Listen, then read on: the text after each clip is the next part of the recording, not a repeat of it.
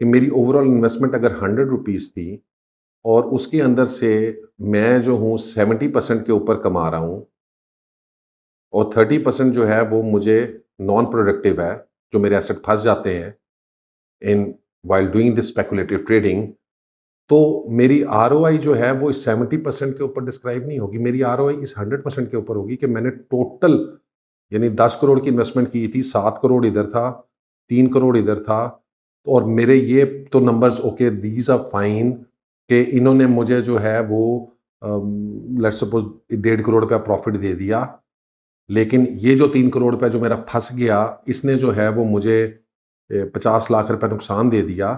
तो टेक्निकली मैंने 10 करोड़ पे कितना कमाया? सिर्फ 1 करोड़।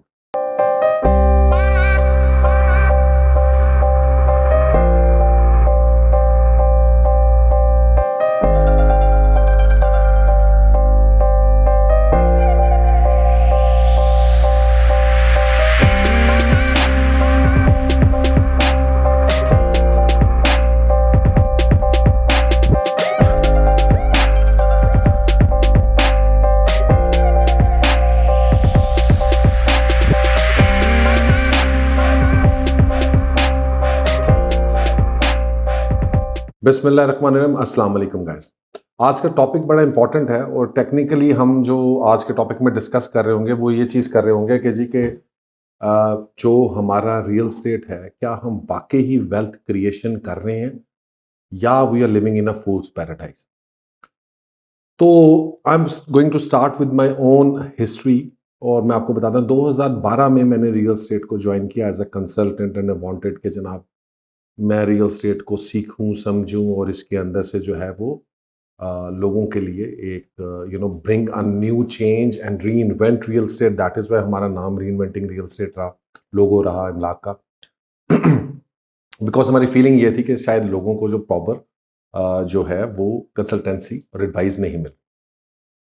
अच्छा, अब इसके अंदर मुझे अभी तकरीबन 9 साल हो गए हैं इस रियल एस्टेट के अंदर, and I have seen quite lot of cycle. 2012-13 का साइकिल देखा, 2016 का साइकिल देखा, 2020-21 का साइकिल देखा, and 9 years time I realize one thing.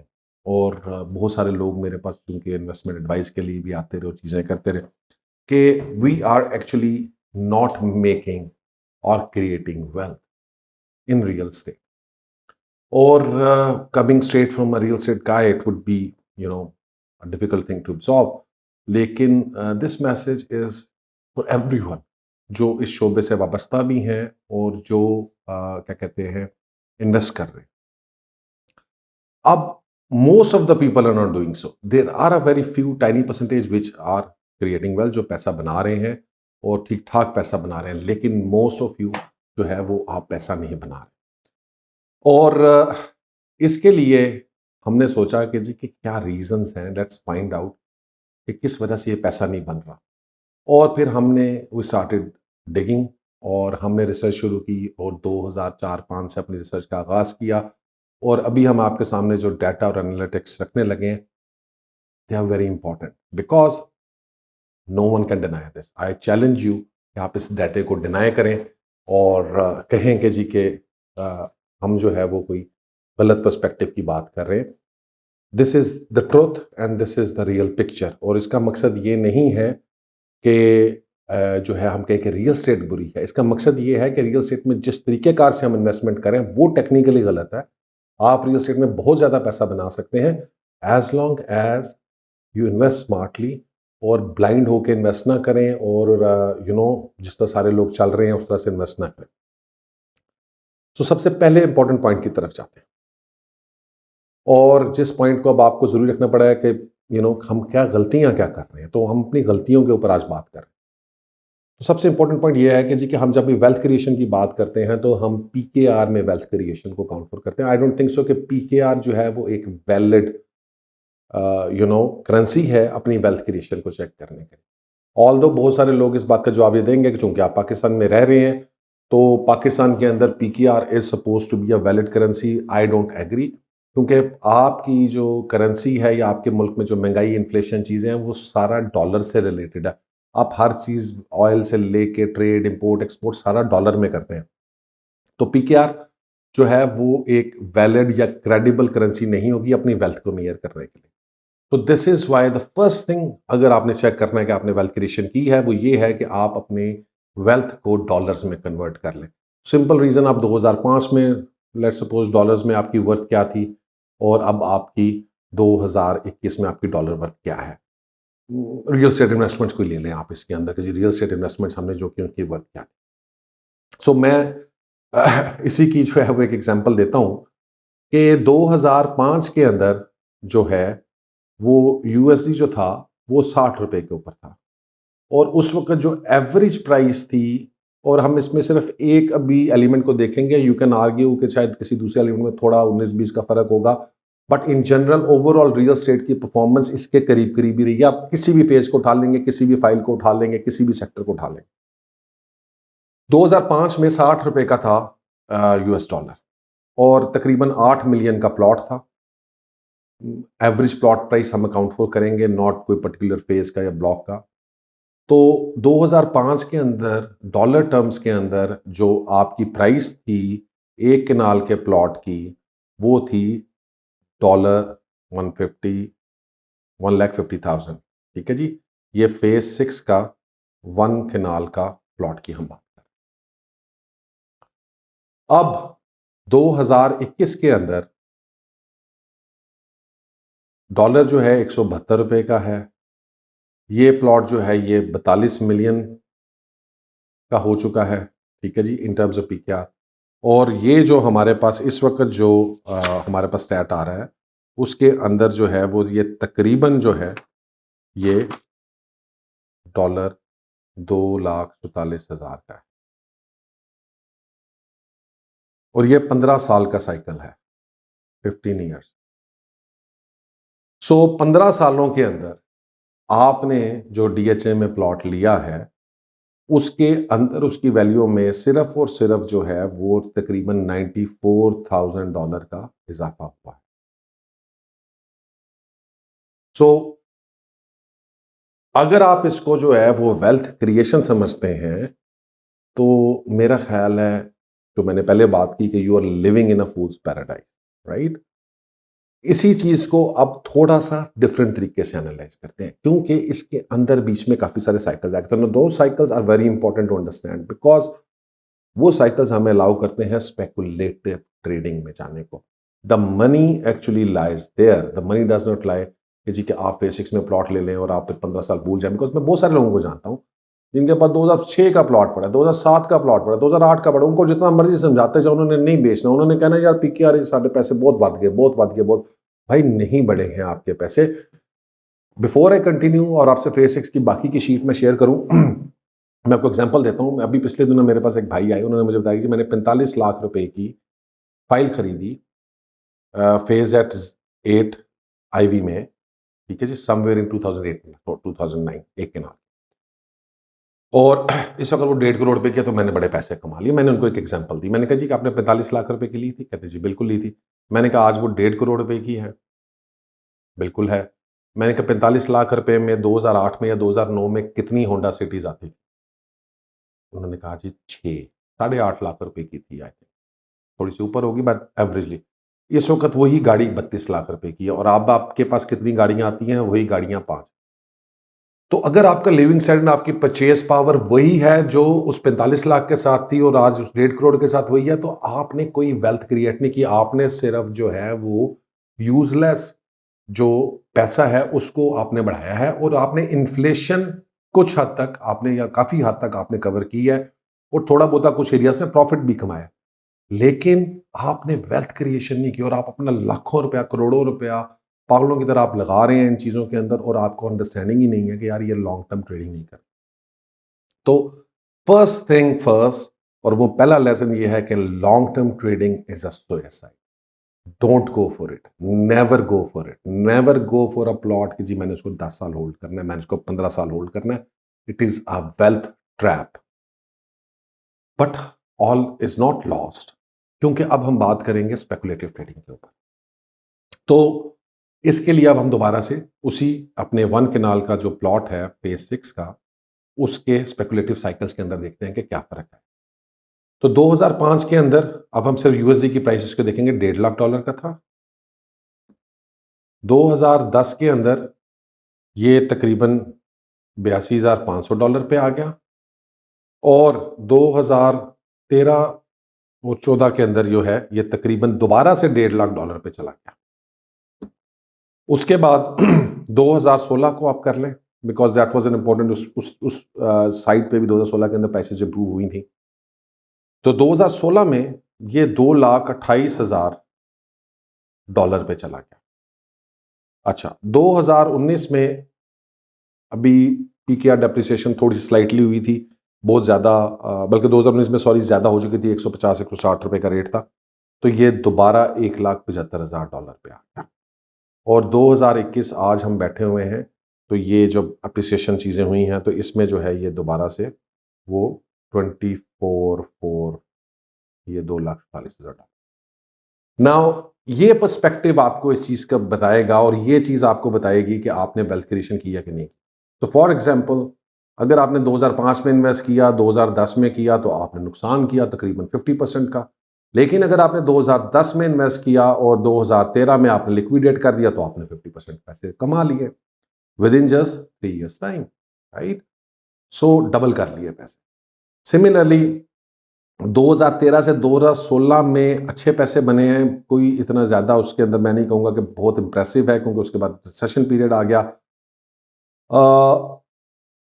और फिर जो है यहाँ पर आपने, लेकिन still you made like 50% of your investment, और इन 3 years which is again very good. ठीक है जी। अब उसके बाद जो है जाहिर बात है 2018 से 2015-16 से, या जिसने यहाँ से इस ब्रैकेट में इन्वेस्ट किया उसने नुकसान किया। बट अगेन 2019 में जिसने इन्वेस्ट किया और इस साइकिल में प्ले किया, उसने फिर जो है वो तकरीबन 40-50% पैसे कमा लिए, even in terms of dollar. Now this is the speculative trading cycle, right. और आप जो है कभी भी लॉन्ग टर्म के अंदर जो है रहकर आप पैसा नहीं बना सकते रियल एस्टेट में, बिल्कुल भी नहीं कर सकते, specially in plots and files. Long term trading जो है, या लॉन्ग टर्म एसेट मैनेजमेंट है, वो सिर्फ और सिर्फ रेंटल प्रॉपर्टीज के अंदर सूट करती है, and we will discuss those lessons later. लेकिन अब इस सारे में एक प्रॉब्लम है, वो ये है कि चूंकि हम वी आर लुकिंग बैकवर्ड्स, तो हमें पता है कि इस टाइम के ऊपर ये हुआ वो हुआ। लेकिन मैं आपको एग्जांपल देता हूं कि 2012 से 16 में बहुत अच्छा काम चल रहा था, सारे लोग काम कर रहे थे रियल एस्टेट में, people were making some money out of it as well. 2-3 साल 2016 में जब मार्केट नीचे की तरफ गई है, तो कोई बंदा भी कोई बहुत ज़्यादा एक्सपेक्टेशन नहीं कर रहा था कि जिनके प्राइस इतनी नीचे चली जाएगी, ये हो जाएगा वो हो जाएगा। लेकिन मार्केट बुरे तरीके से स्टॉलिंग, और मैं ये बात कर रहा हूँ पोजेशन एरिया की, I am not even talking about under valued plots, उनमें शायद इससे ज़्यादा बुरे तरीके से मार्केट गिरी थी। तो इसके अंदर जो हमने लेसन लर्न किया है वो ये किया है कि unfortunately even if you are a very good speculative trader, आपके, और आपको पता भी है कि चीजें हो रही हैं, स्पेशली ये एक्सपर्ट्स के लिए, कि वो इस चीज को मैनेज नहीं कर पाए। आप कभी भी, because I know so many people, there so many example, जब आपको बेचने का टाइम होता है हम कॉल करते हैं, कहते हैं मैं तो बिजी हूं, मैं नहीं आ सकता। और जब खरीदने का टाइम होता है उस वक्त भी ये प्रॉब्लम आता है कि जी एक प्रॉपर्टी बेचनी है फिर आके खरीदनी है। तो इस स्पेकुलेटिव साइकिल्स को, एक तो वो बंदा इसके अंदर इन्वेस्ट करना चाहिए मेरी नज़र में जो बंदा पाकिस्तान में रह रहा है, या उसकी एक्टिव इन्वॉल्वमेंट है, या वो बहुत रेगुलर आता है पाकिस्तान में। Someone in Dubai, he can invest in the speculative cycles, he can come and go very frequently. लेकिन एनी केस ये सिर्फ और सिर्फ सूट उन्हीं लोगों को करता है। और जो लोग अमेरिका रह रहे हैं, दूर रह रहे हैं, they can't come every year, और ईयर आफ्टर ईयर उनके लिए मुश्किल हो जाता है। I think for them this is a suicidal mission, because अगर आपने ये साइकिल को मिस कर दिया और आप 6 महीने साल चले गए, तो प्राइस गिरना शुरू हो गई थी 2017 में, 18 में, 19 में। वो जब आप माइनस में चले जाते हैं तो then you are like I don't want to sell now, I want to hold and wait, and that is exactly what we experience. कि जब 2016 हुआ तो ये एक्चुअल हालात ये थे कि जी बहुत सारे लोगों को तो हमने एग्जिट करा दिया, लेकिन बहुत सारी जगहों के ऊपर जो लोग थे उन्होंने रिफ्यूज किया एग्जिट लेने पे, थोड़े से कम पैसों के ऊपर, क्योंकि उनका यार पहले हमारा प्लॉट 12 करोड़ का था, अब आप कह रहे हैं 10 करोड़ का। एग्जाम्पल मैं देता हूँ, एक प्लॉट है, लिख द नेम, प्लॉट बिक गया हुआ है 34 ब्रेवो, ये मैंने लेके दिया 2014 में या 15 में। तो हमने 4.5 करोड़ रुपए का लिया। इन 2016 हम इसी प्लॉट की ऑफर दे रहे थे 10 करोड़ रुपए की, उन्होंने नहीं बेचा। उसके बाद जो है 2017, 2018, 2019 तक जो है ये प्लॉट जो है 7.5 करोड़ रुपए तक आ गया। ये 7.5 करोड़ रुपए से ऊपर इसकी ऑफर नहीं आती थी। And now the seller was like, नहीं यार मेरा तो प्लॉट 10 करोड़ रुपए का, मैं 7.5 करोड़ रुपए में क्यों बेच। और वो 3 साल 4 साल हम इसमें इसी मखमसे में फंसे रहे और बैठे रहे। तो सिर्फ एक रॉन्ग डिसीजन जो है उसने आपकी 10 करोड़ रुपए की इन्वेस्टमेंट को और a period of 3 to 4 years बिल्कुल स्टैग्नेंट कर दिया और आपको कोई ग्रोथ नहीं मिली। And that is the killing factor. तो speculative trading although very lucrative और बहुत अच्छी होती है, लेकिन उसके अंदर ये जो रिस्क फैक्टर मैंने आपने डिस्कस किया कि राइट टाइम पे राइट डिसीजन लेना, उसको एग्जीक्यूट करना और उसको प्रिसीजन से जो है आप कंप्लीट करना, that is very hard even for someone like me who sitting over here, because I can tell you very clearly कि 2016 के बाद there were so many areas जिसके अंदर हमारी बहुत सारी इन्वेस्टमेंट जो है फंस गई। फॉर एग्जांपल 6, 7, 8 के अंदर जो प्लॉट्स थे वो फंस गए, मलिकपुर शिवपुर की फाइल्स थी वो फंस गई, ब्रॉडवे कमर्शियल्स थे वो फंस गए। 2017 में आपको पता है ग्वादर चला, तो उसके बाद 2018 में ग्वादर के अंदर कुछ इन्वेस्टमेंट थी, हमने 60-70% निकाल ली, लेकिन कुछ ना कुछ पोर्टफोलियो आपका उन इन्वेस्टमेंट्स में फंस जाता है। That bring us to another dimension. वो हमें एक नई उसमें देखना पड़ेगा। वो ये है कि मेरी ओवरऑल इन्वेस्टमेंट अगर 100 रुपीज़ थी और उसके अंदर से मैं जो हूँ 70% के ऊपर कमा रहा हूँ और 30% जो है वो मुझे नॉन प्रोडक्टिव है, जो मेरे एसेट फंस जाते हैं in while doing this speculative trading, तो मेरी आरओआई जो है वो इस 70% के ऊपर डिस्क्राइब नहीं होगी। मेरी आरओआई इस 100% के ऊपर होगी कि मैंने टोटल यानी 10 करोड़ की इन्वेस्टमेंट की थी, 7 करोड़ इधर था, 3 करोड़ इधर था और मेरे ये तो numbers okay these are fine कि इन्होंने मुझे जो है वो लेट्स सपोज 1.5 करोड़ का प्रॉफिट दे दिया, लेकिन ये जो 3 करोड़ रुपया जो मेरा फंस गया इसने जो है वो मुझे 50 लाख रुपए नुकसान दे दिया। तो टेक्निकली मैंने 10 करोड़ रुपए कितना कमाया? सिर्फ 1 करोड़। सो this is the risk with the speculative trading. तो अब फिर हमने सोचा कि करना क्या चाहिए और किस तरीके से हम लेके चले कि हम इसको जो है वो इसके परफॉर्मेंस को बेहतर कर सकें। और उस परफॉर्मेंस को बेहतर करने के लिए देन 2017 में, 18 में, 19 में वी स्टार्टेड डिस्ट्रीब्यूटिंग। हमने अपने जो पैसे हैं वो कंस्ट्रक्शन प्रोजेक्ट्स में और रेंटल प्रॉपर्टीज के अंदर लगाने शुरू किया। उसके बाद हमें इसका फायदा क्या हुआ वो आपसे अब बताते हैं। 2017 के बाद इमलाक के कंसल्टेंसी के अंदर हमने कंस्ट्रक्शन प्रोजेक्ट्स लेना शुरू कर दिए। इसमें इंडिगो हाइट्स था, डाउनटाउन था, गोल्ड क्रेस्ट था, ये 3 हमने किए 2017 से 2019 के अंदर।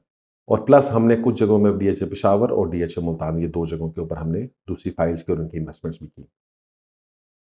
अब इन तीनों जगहों के ऊपर जिन लोगों ने तो अपने पैसे फंसा दिए थे, 2016-17 में लिक्विडेट नहीं किया था, वो इन तीनों जगहों पे हमारे साथ नहीं आ सके। जिन लोगों ने लिक्विडेट कर दिया था, जो कुछ नए लोग थे, वो हमारे साथ वहां पर आए, they made a lot of money.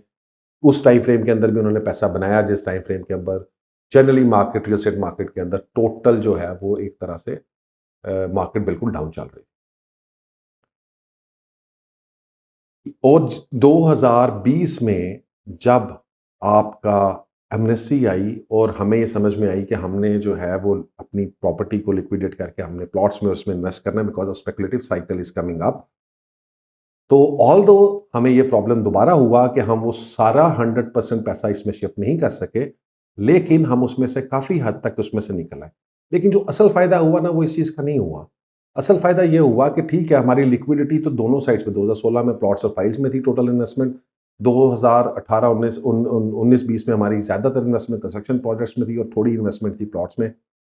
तो कंस्ट्रक्शन प्रोजेक्ट्स में अगर हमने पूरी तरह भी लिक्विडेट नहीं किया तो फॉर एग्जाम्पल हम देते हैं कि जी कि लेट सपोज जब हमने प्लॉट्स और फाइल्स के अंदर ये एलिमेंट किया तो उसमें हमने ये देखा कि 30% या 40% हमारी इन्वेंट्री जो है नॉन प्रोडक्टिव रहती थी या वो लॉस में चली जाती थी। ऑन द कंस्ट्रक्शन साइड हमें ये फायदा ये हुआ कि अगर लेट सपोज हमने जब वंस वी स्टार्टेड ऑफ 2020 के अंदर तो हमारी 70% थी कंस्ट्रक्शन प्रोजेक्ट्स में और 30% हम इन्वॉल्व थे प्लॉट्स एंड फाइल्स में। ये हमने स्पेशली उसको डीएचए मुल्तान में ज्यादा कर। तो जब हम इसमें से निकलना चाहे तो हमने 30% तो ऑलरेडी उधर थी तो हमें उसका इशू नहीं था। तो यहां से अगर हमने 30% भी एग्जीक्यूट कर ली तो अब हमारा जो है वो प्लॉट्स एंड फाइल्स के अंदर 60% का शेयर हो गया, and so we enjoyed that. ये जो जो साइकिल था उसको हमने पूरी तरह से एंजॉय किया। सो नाउ हम 2021 के अंदर 60% जो है वो हम प्लॉट्स एंड फाइल्स के अंदर थे, और 40% हम कंस्ट्रक्शन प्रोजेक्ट। सो इस दफा लेकिन चीजें थोड़ी सी डिफरेंट हुई। वो ये हुआ कि हमने 60% के ऊपर भी कमाया और हमने 40% के ऊपर भी कमाया। ऑल दो गेन्स जो हैं वो थोड़े से कम थे, बिकॉज प्लॉट्स ने पिछले 4 साल का लैग कवर करना था, लेकिन चूंकि हम उसको फौरी तौर पे एग्जीक्यूट करके इधर नहीं आना चाहते थे और या कर नहीं पाए उतनी तेजी के साथ, ऑब्वियसली इधर से मार्केट बहुत तेज थी। तो मकसद बात करने का ये है कि जी कि you can never always be, आप जो है वो प्रिसीजन ओरिएंटेड, तो सर्जिकल ऑपरेशन, तो सर्जिकल स्ट्राइक नहीं कभी कर सकते। आपको हमेशा जो है अपने पोर्टफोलियो में, यू आर ह्यूमन बीइंग, आपकी कैलकुलेशन की गलती हो सकती है, आपकी डील्स बैकआउट हो सकती हैं, there can be so many factors. तो आपने जेन में रखना है कि आप पूरा पोर्टफोलियो जरूरी नहीं है कि हर दफा ही शिफ्ट करें, बट एक सर्टन उसका सेगमेंट आपने शिफ्ट किया। जब हमने सर्टन सेगमेंट शिफ्ट किया तो हमें यह फायदा हो कि 60% के ऊपर हमने बहुत ज्यादा कमाया, 40% के ऊपर, लेट्स सपोज हम 60% के ऊपर 60% ही और कमा लिया, 100% हमने कमा लिया, तो हम इसको कहते हैं 100%।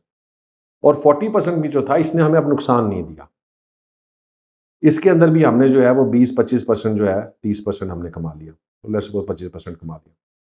Okay, so now our management was कि हम अब 125% प्रॉफिट के अंदर बैठे, ठीक है। वेयर एज जब हमारे पूरा पोर्टफोलियो प्लॉट एंड फाइल्स में था और हम उसको नहीं लिक्विडेट करके बाहर निकल सके टाइम के ऊपर, और उसको कंस्ट्रक्शन प्रोजेक्ट्स में टाइमली शिफ्ट नहीं कर सके, तो वो हमारे पैसे माइनस में चले गए।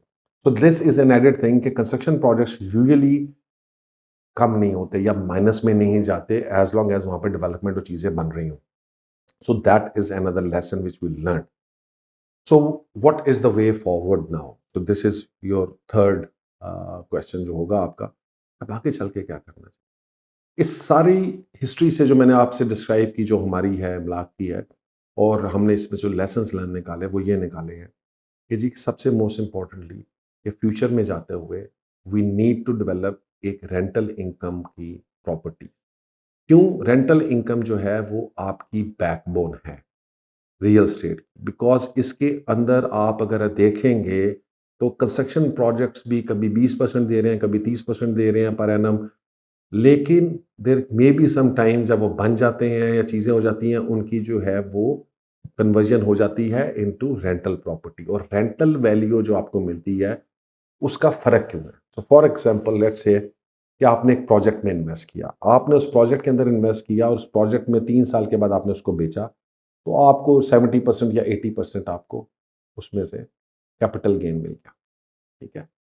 हाउएवर अगर आप उसी प्रोजेक्ट से रेंटल लेना शुरू कर दें तो आपको शायद 10% आ रहा हो, एंड इनटू 3 इयर्स आप कर लेंगे तो 30% आएगा।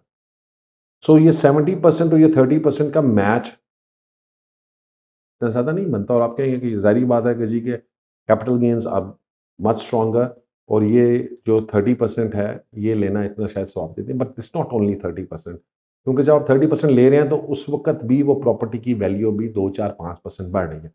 तो लेट्स सपोज के 4-5% भी बढ़ती है, 10-15% ही बढ़ती है 3 सालों में, तो वी कैन सेफली से कि 30% नहीं बढ़ी, 15% आप उस कैपिटल ग्रोथ भी लगा लें।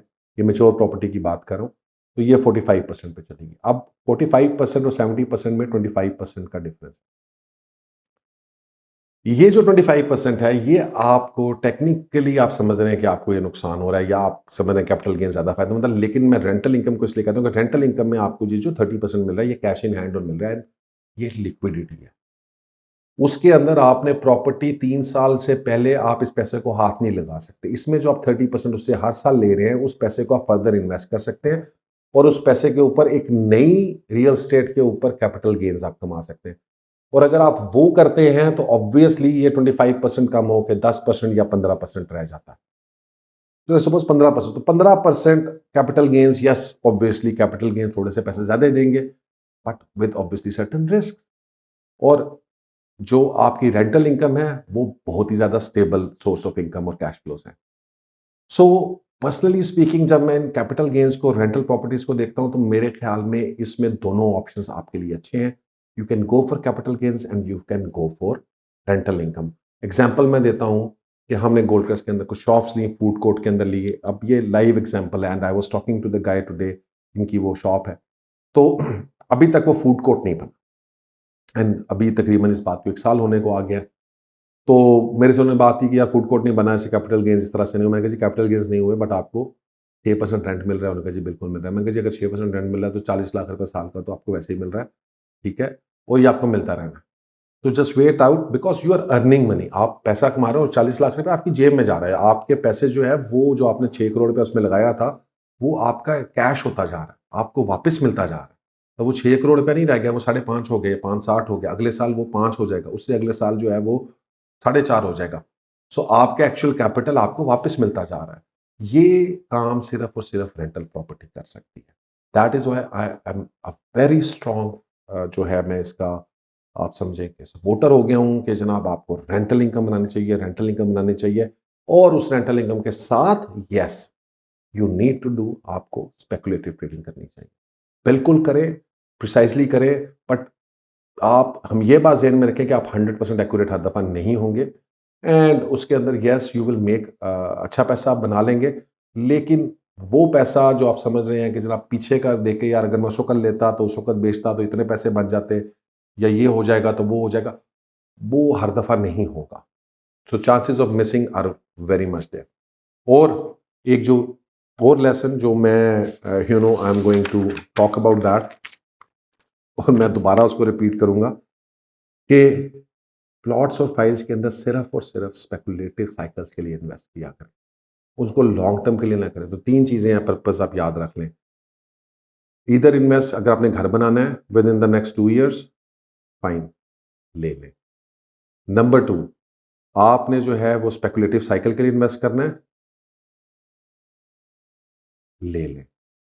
इसके अलावा आप जो है वो प्लॉट और फाइल के अंदर इन्वेस्टमेंट मत करें। अदरवाइज मैंने आपके सामने 15 साल का डाटा रख दिया, ट्राई दैट एंड अगर आपको समझ आती है कि नहीं भाई पीकेआर बेहतर है, पीकेआर में पैसे मिल रहे हैं तो ठीक है, डॉलर गया भाड़ में और डॉलर की कोई वैल्यू नहीं है, तो भाईजान फिर आपका हम आपकी कोई मदद नहीं कर सकते। और लॉन्ग टर्म ट्रेडिंग तो प्लॉट्स और फाइल्स के अंदर जो है ना जी, वो इज अ सुसाइड। कोई एक आधी जगह आप मुझे हो सकता है आप बता दें कि यार ये फलानी जगह पे हमने किया था तो इसमें तो बहुत ज़्यादा पैसे 5 गुना बढ़ गए, 6 गुना बढ़ गए, कोई one odd place may be कोई हो, मेरी नज़र में नहीं है, ठीक है जी, लेकिन हो सकता है कोई जगह हो ऐसी जिसके अंदर इतने पैसे बढ़ गए हों लॉन्ग टर्म ट्रेडिंग के अंदर। लेकिन in general, in overall perspective, जो मैंने आपको फेज 6 बताया, 7 बताया, 8 बताया, इंशाल्लाह ताला वी कंटिन्यूइंग रिसर्च और इसमें हम और भी चीज़ें लेकर आएंगे, और कौन कौन सी जगह थी, कहाँ कहाँ पे थी, और उनके अंदर कुछ डला, कितना डला, और ओवरऑल कोई फ़ायदा हुआ उसके अंदर, नहीं हुआ। बट इन जनरल पर्सपेक्टिव जो आपने अगर आज फेज़ 8 में प्लॉट रखे हुए 4-4, 5-5 करोड़ रुपए के, तो कोई फ़ायदा नहीं है भाईजान। अगर मैं फेज़ 6 में रखे हुए तो कोई फ़ायदा नहीं है, अगर फेज़ 7 में रखे हुए तो कोई फ़ायदा नहीं है। ये ultimately at the end of the day इन्होंने 15 साल के बाद आपको जो है वो 50-60% गेन ही देना है। आप चाहें आप इसको 50 साल होल्ड रखें, बट पिछले 15 साल का डाटा मैंने आपके साथ शेयर कर दिया है। इसको अगर आप डिनाई कर सकते हैं तो डिनाई कर दें, और अगर डिनाई नहीं कर सकते हैं तो फिर मेरा ख्याल है वक्त आ गया है कि आप अपना रास्ता चेंज करें and move towards actual real estate investment. So guys, that is all. Inshallah Ta'ala, I'm planning to make a very good video about project selections, society selections. उसके ऊपर फिर दोबारा आपसे मुलाकात होगी। बहुत बहुत शुक्रिया। अल्लाह हाफ़िज़।